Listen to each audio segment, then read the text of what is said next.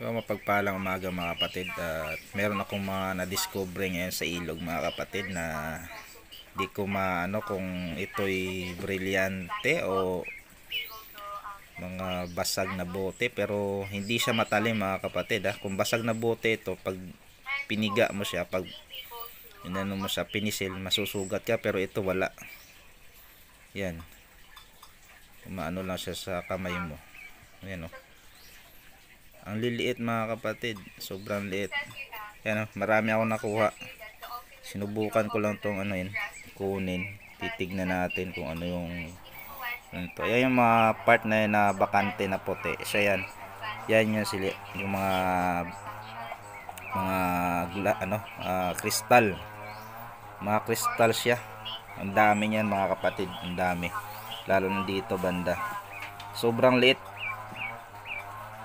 Ang liliit, parang kasing ano ng asukal, butil na asukal na ano yan, yung was ba, ganyan kalalaki. Yan o, tingnan nyo yung mga puti-puti na yan mga kapatid, yan ay siya. Yan pa o, yan o, yan. Ang dami yan. Kumuha lang ako ng sample para malaman ko kung anong klase mga kristal ito. Ang liliit.